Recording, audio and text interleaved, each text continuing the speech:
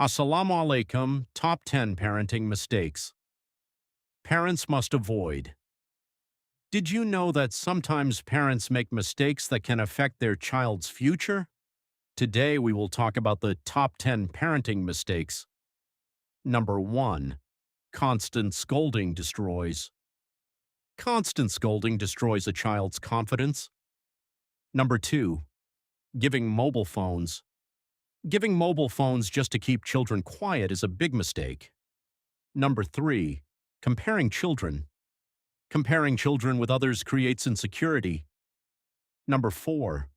Not spending time with children. Not spending time with children makes them feel lonely. Number 5. Too much academic pressure. Too much academic pressure makes children hate studying. Number 6. Not appreciating your child. Not appreciating your child demotivates them. Number 7. Too much strictness.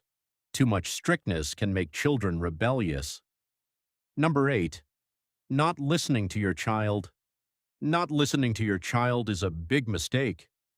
Number 9. Children learn from what they see.